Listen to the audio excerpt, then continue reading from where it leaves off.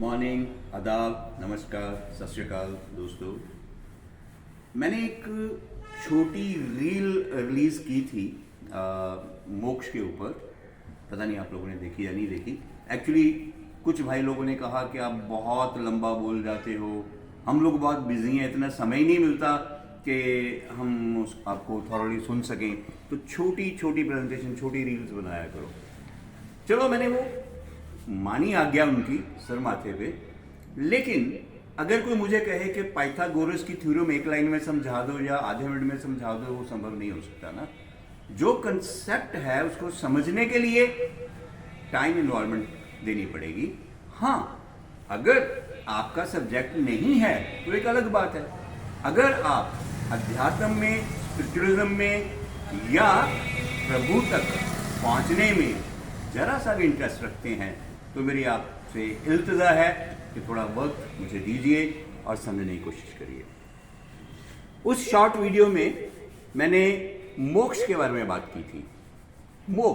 मोक्ष क्या है? मोक्ष की बातें हर धार्मिक ग्रंथ करता है, मोक्ष की बातें हर धार्मिक लीडर या प्रीचर करता है। लेकिन मोक्ष है क्या? मोक्ष की प्राप्ति कैसे हो सकती है? क्या वाकई ही मोक्ष प्राप्त करने योग्य चीज है या नहीं है? देखो, ये थोड़ा सा फिलॉसफिकल सिचुएशन बन जाती है। अगर आपको जीवन अच्छा लगता है, जन्म लेना, जिंदगी की स्ट्रगल करना, जिंदगी में बहुत सी चीजें हैं, बहुत सी अच्छी चीजें भी हैं, जिंदगी को एंजॉय करना, फिर तो आप मोक्ष भूल जाओ। अगर आप इस जन्म जन्म के चक्कर से बचना चाहते हैं तो फिर हमारा ऑब्जेक्टिव मोक्ष रहेगा। बहुत से धार्मिक आगू ये कहते हैं कि मोक्ष की प्राप्ति मरने के बाद होगी। सही है। अगर आप पुनर्जन्म नहीं लेना चाहते, मोक्ष तक पहुंचना चाहते हैं, तो जाहिर है कि मरने के बाद ही होगी। लेकिन मोक्ष होगा क्या? मोक्ष होता क्या है? जो मोक्ष की सिचुएशन है, जो घटना है, जो हैपनिंग है, जो अचीवमेंट है, आप उसको प्रैक्टिकली अपनी जिंदगी में भी एक्सपीरियंस कर सकते हैं। डेथ, मृत्यु क्या है? अगर मैं इसको इंग्लिश में डिफाइन करूं, death, DEATH। Let's take each word. D denotes one's desires, इच्छाएं, वासनाएं, कामनाएं कि मेरे पास ये होना चाहिए, मेरे पास ये होना चाहिए, मेरे पास बड़ी गाड़ी होनी चाहिए, मेरे पास बड़ा घर होना चाहिए, मेरे एक अच्छी पार्टनर की ज़रूरत है, एक अच्छी ज़िंदगी जीने के लिए जो जो अलग अलग चीज़ों की हम इच्छा करते हैं, ये हमारी डिज़ायर्स हैं। डेथ में डिज़ायर्स खत्म हो जाती हैं। Second word is E is for existence, कि वी सीज टू एग्जिस्ट। हमारी जिंदगी पे एक ब्रेक लग जाती है, जिंदगी खत्म हो जाती है और हम एक नए फेज में चले जाते हैं। No existence. Then third word is A is for attachments, मोह, ममता। ये मेरा भाई है, ये मेरी बहन है, ये मेरी बीवी है, ये मेरे बच्चे हैं। माँ बाप तो खैर पहले जा चुके होते हैं बहुत सारे केसेस में। तो अटैचमेंट्स भी खत्म हो जाती हैं, डेथ के साथ हो जाती है ना। And all thoughts are gone, T is for thoughts. कोई सोच पीछे नहीं बचती और कोई हैपनिंग भी नहीं बचती।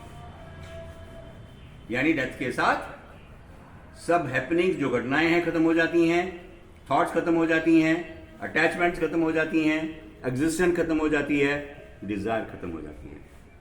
अगर हम इन सब चीजों पे कंट्रोल करके एक ऐसी सिचुएशन क्रिएट करें जहां पे इन सब से हम हट जाएं, तो वो जो मोमेंट क्रिएट आप कर पाओगे वो मोक्ष की मोमेंट होगी।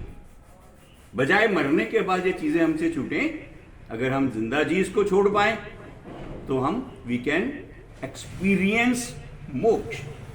मोक्ष में किस तरह से हमें महसूस होगा, हमारा क्या बनेगा, कोई सोच नहीं होगी, कोई अटैचमेंट नहीं होगी, कोई डिजायर नहीं होगी, एक्सिस्टेंस नहीं होगी। जो वो एक माहौल क्रिएट होगा परम शांति का, वो मोक्ष का एक्सपीरियंस करना है। Everyone can experience it while alive. जिंदा रहते हुए हम इसे एक्सपीरियंस कर सकते हैं। लेकिन अब एक स्टेप आगे चलते हैं कि मृत्यु के बाद मोक्ष की क्या इंपॉर्टेंस है। हम पुनर्जन्म नहीं लेते। अगर मोक्ष की प्राप्ति होती है तो हमारा पुनर्जन्म नहीं होता है। ठीक है। अब हमारा जन्म ही क्यों होता है, यह सवाल पैदा होता है। हम क्यों बार बार जन्म लेके आते हैं। हमारे धार्मिक ग्रंथ ये कहते हैं कि 84 लाख जूनियां हैं। पता नहीं किस किस जूनी में से निकल करके हम इंसान की जूनी तक पहुंचते हैं। नजर आती हैं बहुत किस्म के कीट पतंगे हैं, पक्षी हैं, जानवर हैं, हम देखते, रोज देखते हैं। जो नहीं नजर आते उनको मूवीज में देखते हैं, पिक्चर्स में देखते हैं। है तो सही ना। ये सारे flora and fauna, not only जानवर, पेड़ पौधे, ये हर्ब्स, छोटे प्लांट्स, कितने किस्म के जीवन है यहाँ पे इस धरती के ऊपर जो ईश्वर ने क्रिएट किए हैं। अगर गिनती करने लगे शायद संभव ही ना हो पाए। तो इन सभी के चक्कर से छूट करके एक ऐसी सिचुएशन में पहुंचना जहां पे पुनर्जन्म ना हो। अब मैंने सवाल किया था पूरा पुनर्जन्म ही क्यों होता है। हमारा जन्म हमारी इच्छाओं की वजह से, वासनाओं की वजह से होता है, डिजायर्स की वजह से होता है।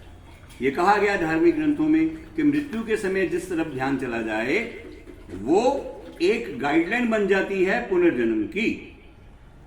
अगर मृत्यु के समय हम मोह माया में फंसे रहें, अपने परिवार में फंसे रहें, हम दोबारा फिर से जन्म लेके आएंगे और इंसान की दुनिया में बनेंगे।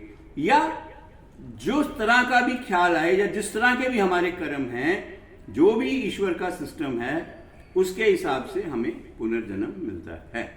लेकिन अगर हम इन वासनाओं पे कंट्रोल कर लें, हाँ सवाल पैदा होता है कि वासनाओं पे कंट्रोल ही क्यों करना है, फिर जीवन किस काम का। अगर इंसान के जन्म में आए हैं, अगर ईश्वर ने सेंसेस दी हैं, दिमाग दिया सोचने के लिए, आंखें दी है देखने के लिए, नाक दिया सूंघने के लिए, जुबान दी है स्वाद को टेस्ट करने के लिए, चेक करने के लिए, इतनी स्वादिष्ट वस्तुएं बनाई हैं ईश्वर ने, तो अगर वो नहीं हम चखेंगे, नहीं स्वाद लेंगे, तो इसको बनाने का फायदा ही क्या है। एक छो का एक अपना आनंद है, हाँ बिल्कुल है, लेकिन सिर्फ अपनी इंद्रियों को इस्तेमाल करते हुए इन चीजों को भोगना कोई गलती नहीं है। गलती वहां होती है जहां हमारी इंद्रियां हमें खींच करके दुष्कर्म की तरफ, एक ऐसे कर्म की तरफ ले जाती हैं जो किसी का दिल दुखाए, मन दुखाए। जरूरी नहीं हम फिजिकली टॉर्चर करें वही पाप। आप किसी के बारे में बुरा सोचते हैं, आपकी सोच आपको वहां लेगी, वो भी पाप है, वो भी कर्म है, वो भी कर्म में गिना जाएगा। तो अगर हमने मोक्ष को लक्ष्य लेके चलना है तो मैं ये नहीं कहता कि आप अपने भोगों को ना भोगें। अपने भोगों को अच्छी तरह से भोगते हुए उस ईश्वर का शुक्रिया करते हुए अपनी जिंदगी को व्यतीत करना बहुत जरूरी है। बिना किसी और इंसान को, वो चाहे आपके परिवार का है या आपके मोहल्ले का है या आपके शहर का है या आपके देश का है, किसी और इंसान, किसी और जीव को बिना दर्द बिताए दिए हुए अगर हम अपनी जिंदगी बिता सकते हैं या बिताते हैं तो वो एक अच्छी तरह से बिताई हुई जिंदगी मानी जाएगी और वो हमारे लिए एक रास्ता, एक पेमेंट बना देगी मोक्ष की तरफ। अब देखा जाए तो दुनिया में दो किस्म के लोग होते हैं। एक तो वो हैं जो सिर्फ भोग में विश्वास करते हैं और कुछ लोग ऐसे हैं जो सिर्फ योग में विश्वास करते हैं। वो भोगों को त्याग करके सन्यासी बन जाते हैं, साधु बन जाते हैं। वो कोशिश करते हैं कि इंद्रियों का दमन करके अपनी जिंदगी को एक अच्छे ढंग से बिता सके। लेकिन क्या वो वाकई ही त्याग कर पाते हैं? जब हम किसी चीज से मन को हटाने की कोशिश करते हैं तो हमारा मन हमें बार बार खींच के उस चीज तक ले जाता है। हम उससे पीछा नहीं छुड़ा सकते। आप देख लो, रोजमर्रा की जिंदगी में देख लो, आप बोलो आज मैंने मीठा नहीं खाना है, उस दिन मीठा खाने का मन जरूर करेगा। आप व्रत रखते हो कि आज व्रत के दिन हमने नमक नहीं खाना है, उस दिन नमक खाने का मन जरूर करेगा। यानी अगर आपके जहन में वो चीज विचार भी आ गया तो उस व्रत किस काम का, किस फायदे का।